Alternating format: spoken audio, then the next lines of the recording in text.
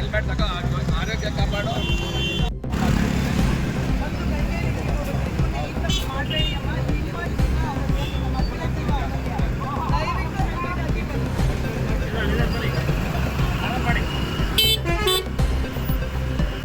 ಜೊತೆಗೆ ಯಾರು ಕೂಡ ವಾಹನದಲ್ಲಿ ಬರುವಾಗ ಶರಾಬು ಕೊಟ್ಟಿರಬಾರ್ದು, ಅಮೂಲ್ಯ ಪದಾರ್ಥ ಸೇವನೆ ಮಾಡಿರಬಾರ್ದು. ಜೊತೆಗೆ ನೀವು ರಸ್ತೆಗೆ ಬರಬೇಕಾದ್ರೆ ವಾಹನ ಸರಿಯಾಗಿದೆಯಾ, ಮೆಕ್ಯಾನಿಕಲಿ ಹಾಗೂ ಎಲ್ಲ ರೀತಿಯಲ್ಲಿ ವಾಹನ ಸರಿಯಾಗಿದೆಯಾ ಅಂತ ಪರೀಕ್ಷೆ ನಡೆಸಿಕೊಂಡು ನೀವು ರಸ್ತೆಗೆ ಬರಬೇಕಾಗುತ್ತೆ. ಸಾರ್ವಜನಿಕ ರಸ್ತೆಗೆ ಬರಬೇಕಾದ್ರೆ ನಾವು ದಾಖಲಾತಿ ಇದೆಯಾ ವೆಹಿಕಲ್ಗೆ ಅಂತ ಅದನ್ನು ಕೂಡ ಪರೀಕ್ಷೆ ಮಾಡಿ ತಿಳ್ಕೊಂಡು ಬರಬೇಕಾಗುತ್ತೆ. ಎಲ್ಲ ರೀತಿಯಲ್ಲಿಯೂ ರೆಡಿಯಾಗಿದೆ ಅಂತ ತಿಳ್ಕೋಬೇಕಾಗುತ್ತೆ. ಜೊತೆಗೆ ಟೂ ವೀಲರಲ್ಲಿ 2 ಜನಕ್ಕಿಂತ ಜಾಸ್ತಿ ಪ್ರಯಾಣ ಮಾಡಬಾರ್ದು.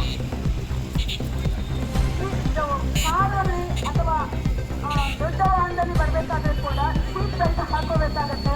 ಇದು ಕೂಡ ನಮ್ಮ ಕಡ್ಡಾಯ ಆಗಿದೆ.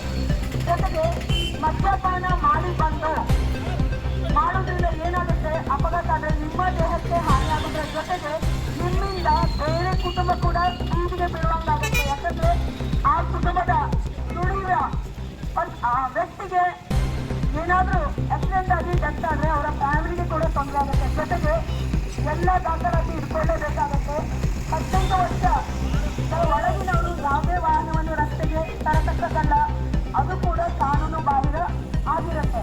18 ವರ್ಷದ ಒಳಗಿನವರು ಯಾವುದೇ ಕಾರಣ ಅನುಜ್ಞಾ ಪತ್ರ ಇಲ್ಲದೆ ಬಂದರೆ ಅದರಿಂದ ಕೂಡ ಅವರಿಗೆ 5,000 ಫೈನ್, IME ಆ್ಯಕ್ಟಲ್ಲಿ 5,000 ಫೈನ್ ಆಗುತ್ತೆ. ಜೊತೆಗೆ ತಂದೆಗೆ ಕೂಡ ಪನಿಷ್ಮೆಂಟ್ ಇದೆ. ಇದನ್ನು